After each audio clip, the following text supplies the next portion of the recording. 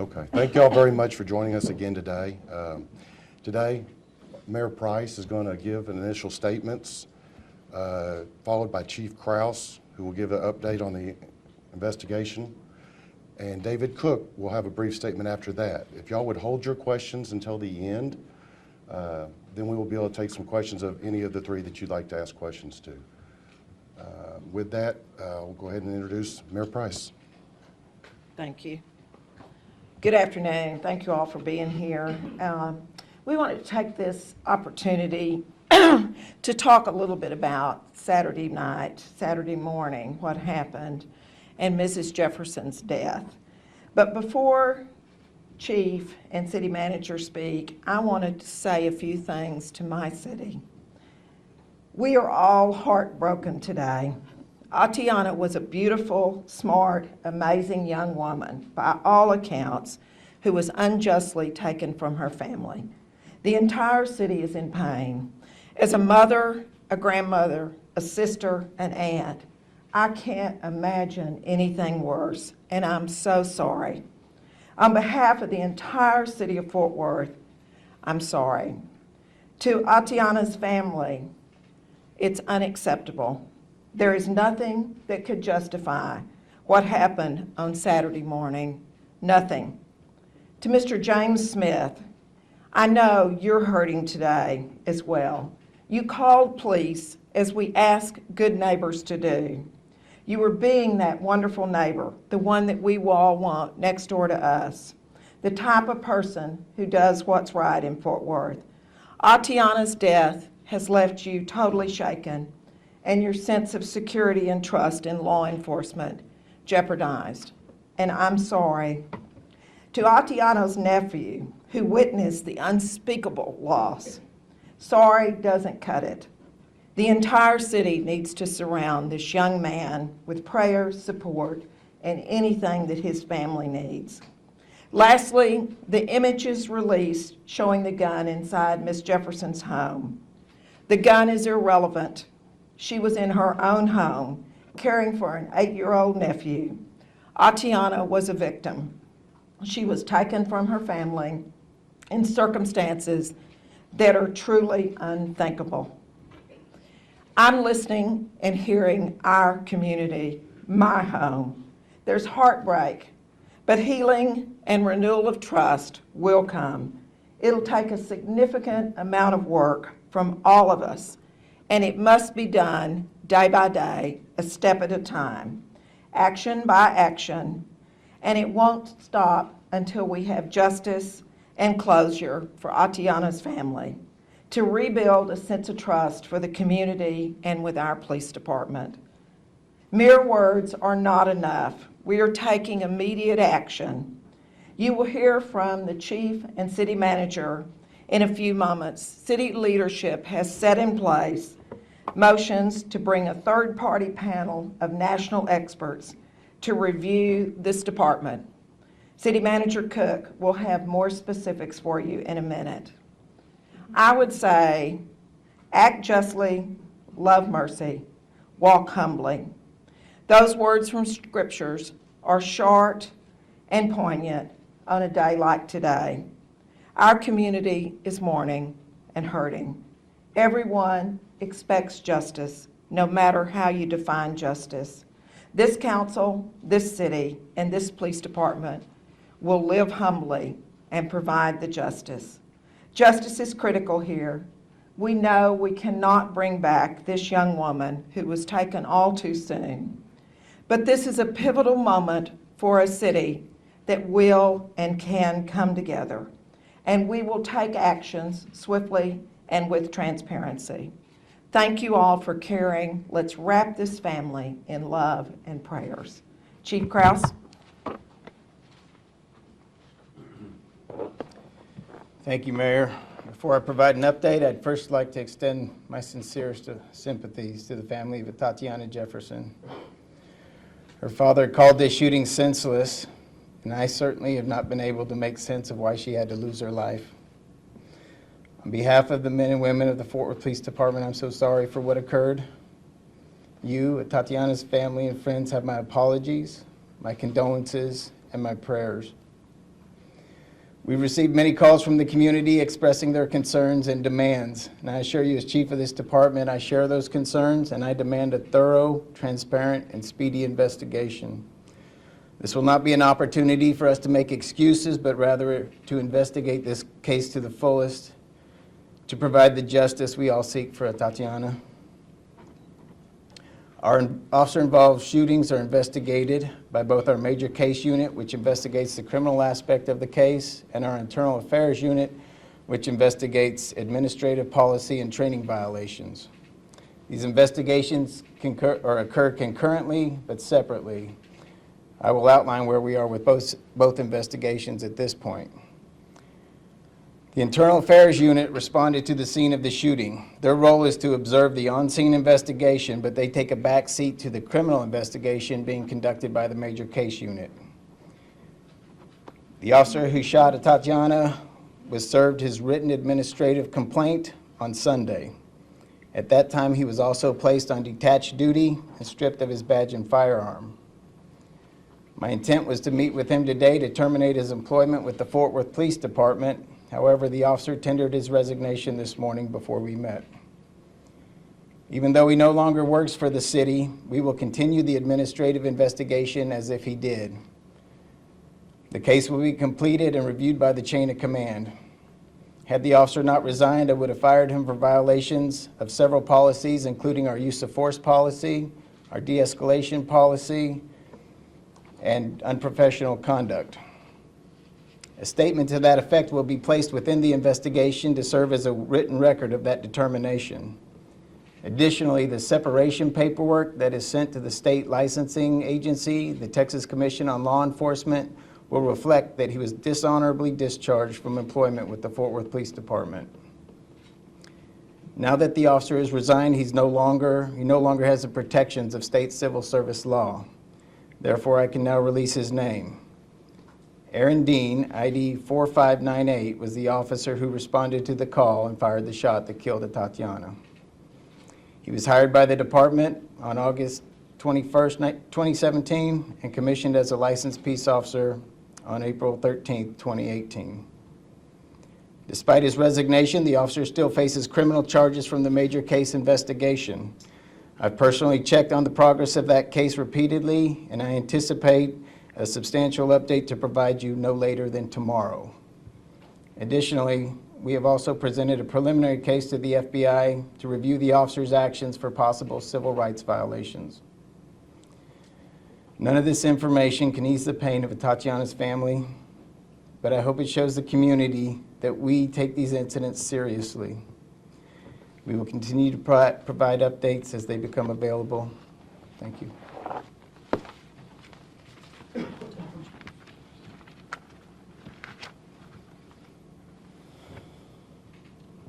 As stated by both Mayor Price and Chief Krause, my thoughts and prayers go out to Ms. Jefferson's family. Tatiana's death should not have happened, and on behalf of the city of Fort Worth, I am truly sorry. The community has called for independent review of the police department. I would like to take a minute to provide an update on our process to bring on an independent police monitor, and that was a recommendation by the Race and Culture Task Force and approved by the City Council through the city's recently adopted budget. We are on track to having candidates for the position in Fort Worth for interviews in November. As part of the process, we were working on having a third-party group of national experts come in to review current police policies and training practices to ensure best practices are in place as the monitor begins his or her work. The city manager's office will take the lead in this effort, and of course, it will include the participation of the police department. Currently, we are reaching out to experts in the field, and once we finalize our plan and recommendation, we'll be presenting that to the city council in the next few weeks. Thank you. Questions? Chief, the victim's family here is asking for an outside agency to come in and actually investigate the shooting, not just the policies within this police department. Will that happen? And if it's not, what happened, why? I have reached out to the Texas Rangers, and we discussed that. However, at this point, they have not committed to anything.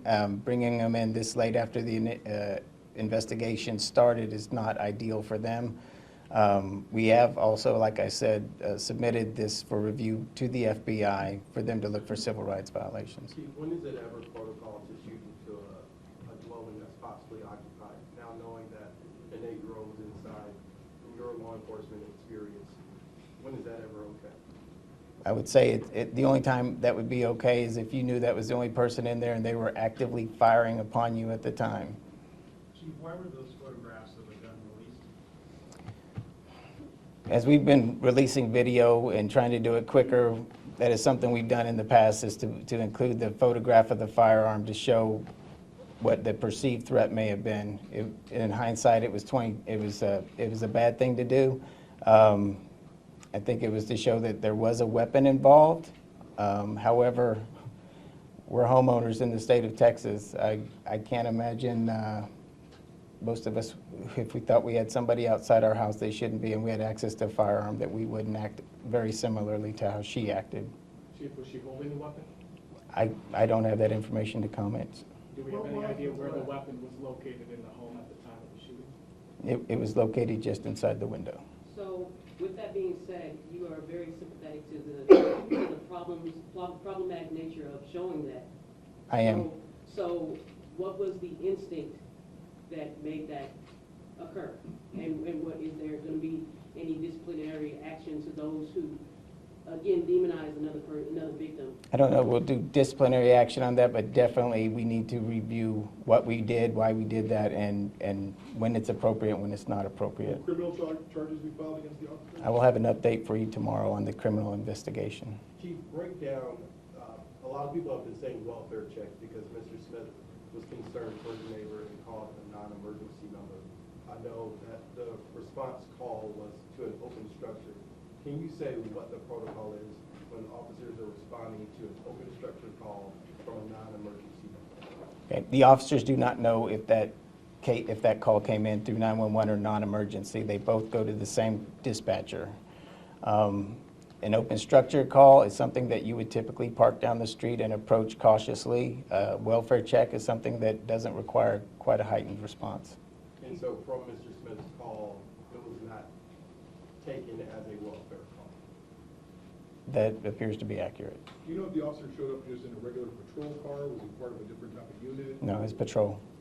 Chief, did the officers fire from within the fenced-off backyard? And That if is- so, did they knock on the front door first? There's no indication they knocked on the front door, and yes, they did fire from the backyard. Would you expect him to knock on the door or ring the doorbell acknowledging their presence there in some form? If they were doing a welfare check, yes. If they thought they had something more criminal, then a more tactical response would be warranted. I know that Aaron Dean was only with the department for a very short period of time, and during that time, was he disciplined for anything else prior to this incident? I believe there was an accident on his record and nothing else. What does that mean? What does that mean, Chief? What does that mean, Chief? What does that mean, accident? A traffic accident. Chief, the other officer that responded to the initial call, is there any action being taken with that officer? No, she is being treated as a witness officer. Can you confirm the spelling of Aaron Dean?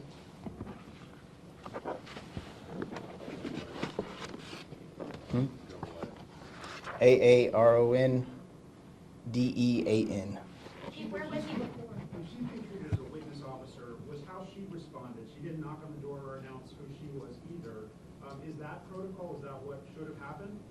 Again, it depends on the mindset of the officer, what type of call they think they're responding to. You mentioned bringing in a third party to look at your overall policies and procedures. Is there any thinking that you may need to do something sooner to go over training or policies with the staff you have in place right now? Absolutely. Each of these incidents causes us to reflect upon that. So in what way might that happen, or might So we see that? we've already had our use of force coordinator look out at other agencies, what they're doing, their training and their policies, and compare ours to theirs and see where we need to improve. Additionally, we are accredited Texas Police Chiefs Association agency, and so they review policies annually as well.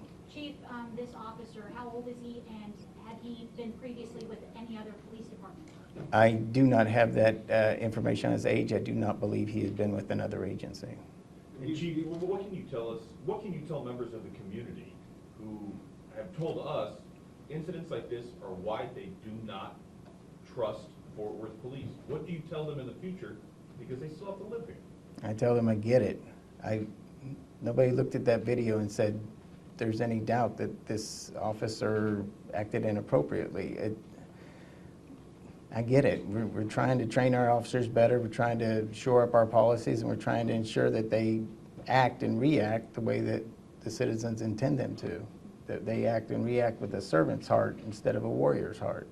There are times for officers to act as warriors and defenders, and there are times for them to act as public servants and humble servants.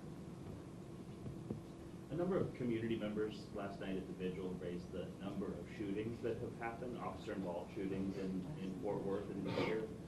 Is there a problem? Has something changed? Is there, I guess, a difference in responses now than there used to be that has prompted that? No, there's not, and I believe we have had less officer-involved shootings this year than we did last year.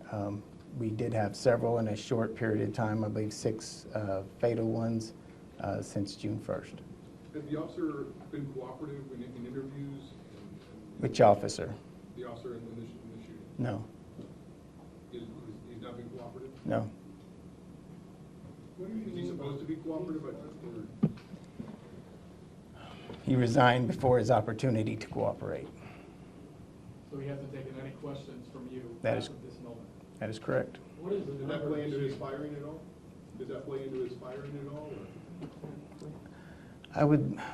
I wouldn't say that's why he was fired. I mean, What's the protocol then, sir? How soon after a shooting is the officer usually either having to speak with you guys about what he says happened and his perceived threat in this case? okay. Like I said, we served him his written administrative warning Sunday. Once that is served by state civil service law, he has 48 hours to offer a statement, or we cannot question him for 48 hours after that point. What are you telling your officers, your other officers who are out on the street today? What are you telling them? Most of the officers I've encountered over the past couple days are telling me, Chief, this isn't how we operate. They understand the gravity of the situation. They understand how this has eroded the public trust in them.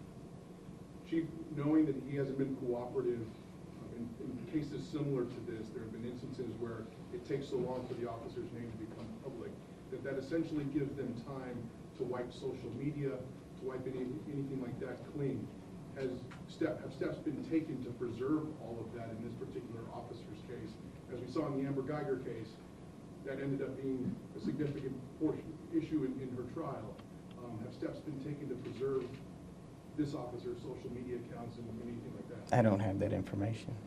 Could I ask the mayor, please, ma'am, just because this is what we're talking about today, Ms. Price?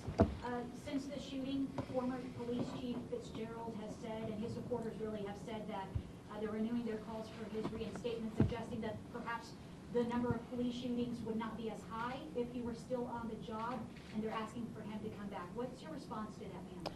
I'm not going to comment on former Chief Fitzgerald. I think it's an unnecessary distraction from a hurting community. Mayor Price, you mentioned the outside, or the chief mentioned the outside agency, the police monitor. Can you speak about the Citizens Review Board? Do you believe that still needs to be in place? We accepted the recommendations of the Race and Cultural Task Force, and one of the charges to the police monitor will be to look at best practices for the CRB, the Citizens Review Board, and to recommend to council how it should be set up and what powers they should have and what their authority will be. So when the police monitor's hired, that'll be one of the first things he does is begin the process to collect data on that. This panel that we're looking at is separate from the police monitor. The police monitor is a part of our Race and Cultural Task Force. The panel was in place to begin looking at use of force, training, and all the processes within the police department. Is there going to be any other organization or agency that is going to be looking into this shooting in particular, apart from looking into the city, the policy, the training, and that? I can only reiterate what the chief said, that he has talked with the FBI in case there's a civil rights violation. He's also gone to the Texas Rangers. It's my understanding they owe an answer back, but they were not inclined, Chief, is that what you'd say? That is correct. To take it at this point. Neither of those agencies. Would that be No, no. in conjunction with? The FBI is still looking at it. They haven't declined or accepted either way. Brendan? All right, thank y'all very much for coming here today. I hope we've answered a lot of your questions. I will have the chief's statement on our media portal within half an hour if anybody would like a copy of that. Another question. What is the number of the police-involved shootings this year? I believe 9, sir. But we're going to end it here. If you have any other questions, you can email us at our media address. Okay? Thank you very much.